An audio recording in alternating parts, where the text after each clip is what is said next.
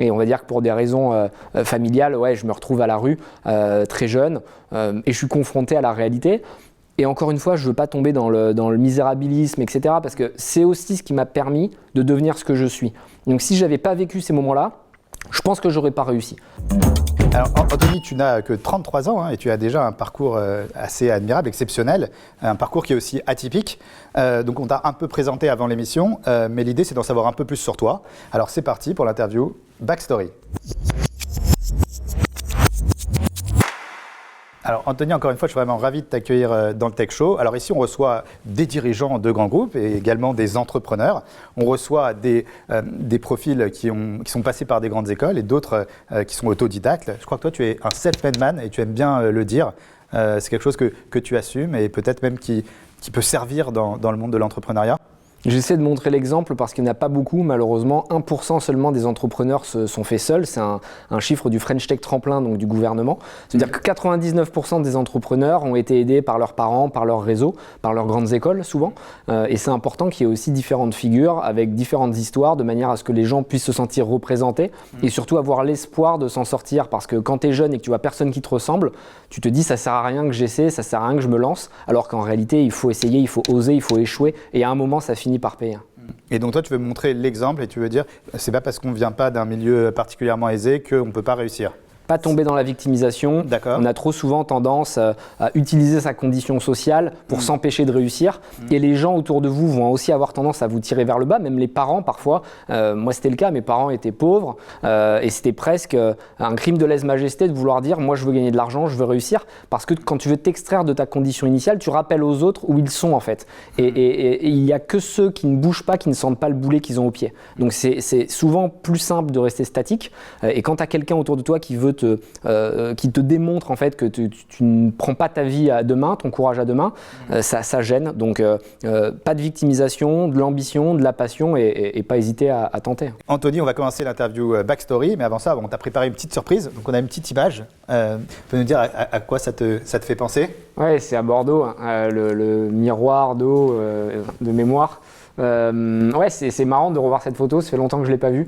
Bordeaux, c'est un peu mon début d'histoire compliqué, donc je l'associe à des moments qui ne sont pas forcément heureux. Ah mince, non, on voulait faire une surprise.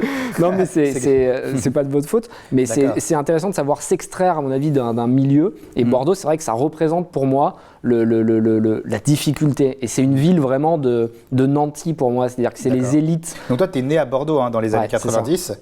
Ton père est contrôleur SNCF, ta mère est vendeuse et dans ta famille, il y a quelque chose qui revient souvent depuis que t'es gosse et on te dit « toi, de toute façon, tu t'intéresses qu'à l'argent ».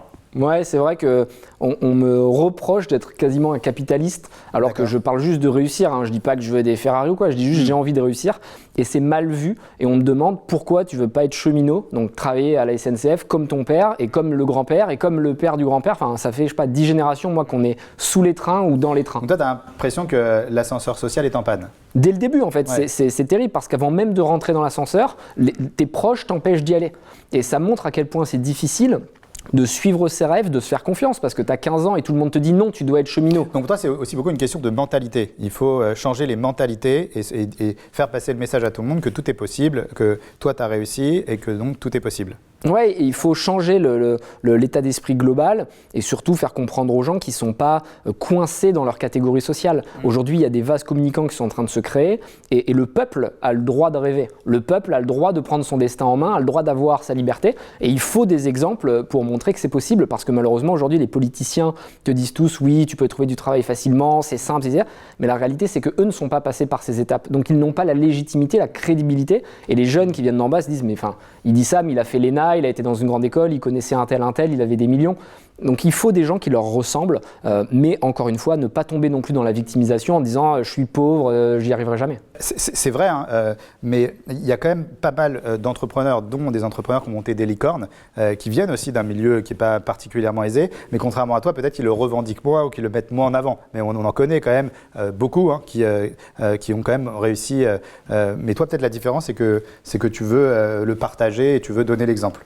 C'est important. Après, les licornes aujourd'hui, majoritairement c'est du B2B, donc c'est vraiment des boîtes qui n'ont pas trop de storytelling puisqu'elles ne communiquent pas avec des consumers, c'est pas du B2C, donc il y a moins besoin de raconter une histoire, mais si tu vends des produits, donc tu es en B2C, tu es une DNVB, tu es une marque, c'est super important d'être authentique et de raconter ce qui t'est arrivé de manière à générer de l'émotion dans ta communauté.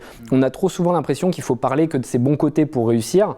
C'est une erreur que je faisais quand j'étais jeune, je disais à tout le monde j'ai de l'argent et je mentais parce que j'avais rien. D'accord. En ayant l'impression que ça allait m'attirer un regard impressionné des gens. Et en réalité non, parce qu'ils te jugent, ils sentent que tu mens un peu, et même s'ils y croient, tu crées de la distance avec eux, alors que c'est en parlant de tes failles que les gens vont se reconnaître en toi et avoir envie de te suivre et envie de croire dans leur possibilité aussi de sortir de leur quotidien. Et alors c'était quoi ton rêve d'enfant ? Mon rêve d'enfant, j'avais pas un rêve précis, mais je savais que je voulais faire de grandes choses. Je voulais faire grand, gros. Je voyais pas trop l'intérêt de rester cloîtré. J'habitais à Pessac, donc c'était la banlieue de Bordeaux.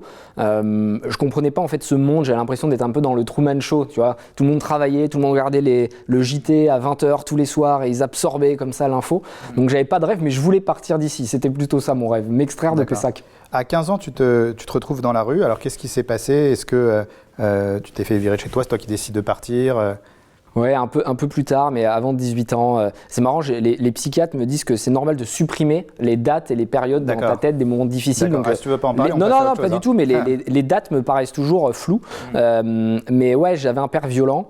Mère dépressive du coup parce que forcément violence psychologique au quotidien etc avec elle et avec moi et du coup moi j'ai eu cette chance de pouvoir me créer une carapace émotionnelle très tôt parce qu'en fait quand tu es confronté à la violence tu arrives à faire ce qu'on appelle de la défense par la cognition, c'est les psychiatres qui m'ont appris ça évidemment et c'est à dire que tu te coupes de l'émotion extérieure mais le problème c'est que si tu te coupes trop et trop longtemps, tu n'es plus capable de faire preuve d'empathie. Et en fait, c'est un problème parce que dans le business, tu as besoin de sentir l'autre. Et c'est un travail que je fais depuis quelques années, d'essayer de rester protégé par cette carapace, tout en l'ouvrant de temps en temps pour ressentir quand même le feeling des autres. Et ma mère, elle, n'avait pas cette carapace, donc elle a été vraiment très affectée. Je me retrouve à vivre chez elle après le divorce. On est tous les deux perturbés par tout ce qui s'est passé. On n'arrive pas à s'aligner. Et on va dire que pour des raisons familiales, ouais, je me retrouve à la rue très jeune. Et je suis confronté à la réalité. Et encore une fois, je ne veux pas tomber dans le misérabilisme, etc. Parce que c'est aussi ce qui m'a permis de devenir ce que je suis. Donc si je n'avais pas vécu ces moments-là, je pense que je n'aurais pas réussi. Donc encore une fois, essayer de transformer. Ça donné aussi ta rage et ton envie de... Ah ouais, clairement, la vengeance vient de là. Ouais. Donc, alors là, tu arrives au lycée et tu fais plein de petits boulots et donc tu commences par être vendeur de voitures. Ouais. Avant même d'être vendeur de voitures, je vends des calculettes, je répare des scooters. D'accord. Je fais pas mal de petits jobs. Ouais, j'avais plein de petits trucs, mais je gagnais à coût de 10 €, 20 €. C'était vraiment. Quand tu dis ça aujourd'hui, ça fait bizarre, tu vois, mais je pense qu'il n'y a pas de petites économies et qu'il faut avoir cette capacité de résilience avec un objectif. Et quand tu gagnes 10 €, les économiser. Parce que tu peux t'acheter des pains au chocolat, des bonbons, des trucs, des t-shirts. Mais la réalité, c'est que quand très tôt tu apprends à économiser, tu gardes ces réflexes de pauvre ou d'anciens pauvres. Et ça, c'est quand même important, tu vois. Et ouais, petit à petit, à force de vendre des scooters, d'acheter des scooters, je le fais avec des voitures. J'importe pas mal de voitures d'Allemagne, etc. Et ouais, j'ai un ou deux soucis avec Tracfin parce que du coup, à l'époque, comme j'achète trop de cartes grises, ils me disaient attends, c'est un truc professionnel. Et donc, du coup, je suis convoqué pour expliquer qu'en fait, non, bon, ils ont plus pitié de moi qu'autre chose en réalité. Donc, ouais, je fais plein de petits boulots différents, toujours en étant obsédé par ce que je fais et en essayant d'être le meilleur. C'est-à-dire que quand j'achète des voitures, je vais acheter la même voiture tout le temps. Je me souviens à l'époque, c'était des Audi A6 2.7 TDI. Donc c'était vraiment, je n'achetais que ce modèle, ce qui fait que je le connaissais par cœur. Et je savais quelle était la cote précise entre 50 000 et 60 000 km, quel était le pack, quelle était la finition. Et ça me permettait de réagir vite. Et encore une fois, je pense que c'est en maîtrisant ta verticale que tu peux réussir à être bon et donc à être un des leaders. Et donc ensuite, après, tu fais des études de droit. Peut-être tu veux me parler de cette expérience. Ouais, je pense, peut-être la pire expérience de ma vie avec la rue.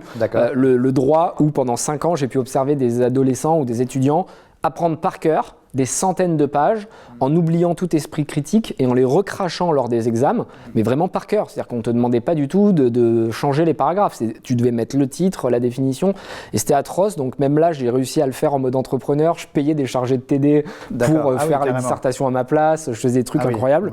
Et j'allais pas en cours en fait. Je faisais du business et j'avais des gens qui allaient en cours. Et vu que c'était récité par cœur, le soir, j'avais le même donc, cours. Les études t'ont pas plu et donc non, c'était horrible. Je trouve que le système de l'éducation nationale est atroce, qui ne tient pas compte du tout des plaisirs de l'enfant. On fait tous des matières qui nous ont jamais servi. Enfin, qui a refait de la flûte à bec depuis le collège, qui a révisé, je sais pas, entre Saturne et Pluton, qui est le plus proche de la Terre, à part si t'es passionné de l'espace. Ça te donne un petit bagage, une petite culture générale. Ouais, mais on l'a tous oublié. Je suis sûr que dans la salle, là, on fait le test. Qui c'est Pluton, Saturne le plus proche? Il y a peut-être 2 personnes qui le savent, quoi. Donc se concentrer plutôt sur les passions du jeune et se servir de ses passions pour aller lui enseigner le reste du bagage culturel.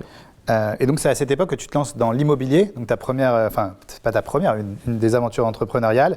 Et donc tu fréquentes le gratin bordelais et donc tu utilises la capacité d'endettement de tes amis pour faire de l'immobilier, c'est ça? Ouais, c'est ça, être capable de faire le caméléon, donc de s'adapter à toutes les classes sociales. Moi j'ai toujours eu cette chance de parler avec les plus pauvres, vraiment les personnes dans les situations difficiles, dans l'illégalité même parfois, comme parler avec les plus riches, les aristocrates, les héritiers qui n'ont jamais rien foutu de leurs 10 doigts, mais j'arrive à leur renvoyer le message qu'ils attendent. Et ils aiment bien s'encanailler, ils aiment bien parler avec les gens différents.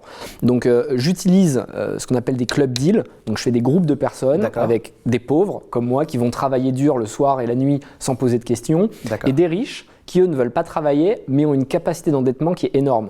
Donc on fait des SCI, on se met dans la même SCI, et il y en a qui vont avoir un levier bancaire et qui vont nous apporter de l'argent et de la dette, d'autres qui vont travailler très dur, d'autres qui vont nous apporter les bons plans, et on se répartit comme ça le capital entre nous.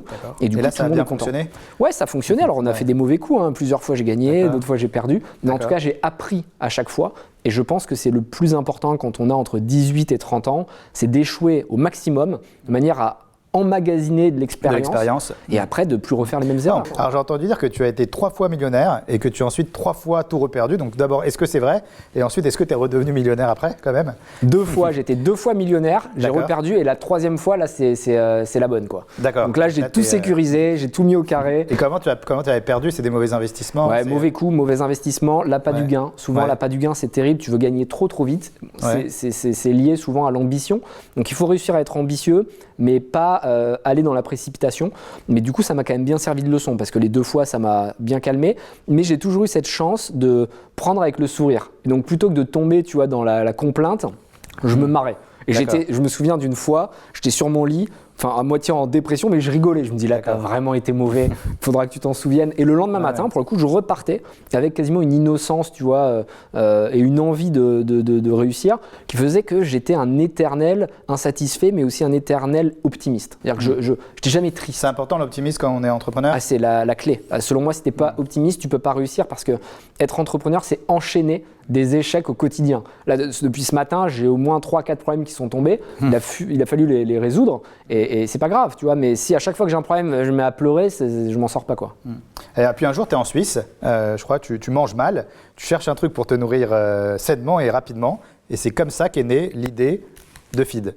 C'est ça, ma copine de l'époque vit en Suisse, parce que je vais me taper un contrôle fiscal sinon, donc je précise. Mais ma copine de l'époque vit en Suisse et c'est vrai que je m'ennuie. Et le midi là-bas, tu fais pas tes courses parce que tout est très cher. C'est-à-dire que c'était à Genève, c'est un truc de ouf. Et du coup, je mange des pâtes, machin, je saute les repas et je sens que je suis pas en forme et je voyage beaucoup entre-temps. Et du coup, je fais des allers-retours aussi avec la Suisse pour aller la voir. Et je réalise qu'il me faut une solution qui soit complète, pas chère, pratique, et c'est là que j'ai l'idée de faire un tableau nutritionnel, donc un Excel, qui va répertorier l'ensemble des besoins d'un humain classique sur les bases de l'EFSA, l'Agence européenne de l'alimentation. Et en fait, je réalise qu'un humain, ça a besoin de macronutriments et de micronutriments. Donc les macros, c'est protéines, lipides, glucides, fibres, et les micros, c'est vitamines, minéraux, oligo-éléments. Et quand tu joues avec les ingrédients, flocons d'avoine, graines de sarrasin, farine de lin, tu arrives à remplir différentes cases et je rajoute des vitamines que j'achète à la pharmacie. Je réalise qu'en fait j'ai tous mes besoins, je mélange tout ça dans de la poudre, je mets de l'eau, je secoue et ça me fait un shaker, un repas complet. C'est ultra céréalier au début, c'est brut on va dire de décoffrage, mais j'ai pas faim. Donc je sais que j'ai fait le plus dur, que la satiété j'y réponds et après j'optimise les recettes. Alors là sur une barre comme celle-ci par exemple c'est combien de calories? Alors ça, c'est une barre protéine, donc ça n'a pas vocation à être un repas complet, mais tu vas avoir 100 calories à peu près sur une barre de prot, et tu as surtout entre 15 et 20 grammes de décharge protéinique.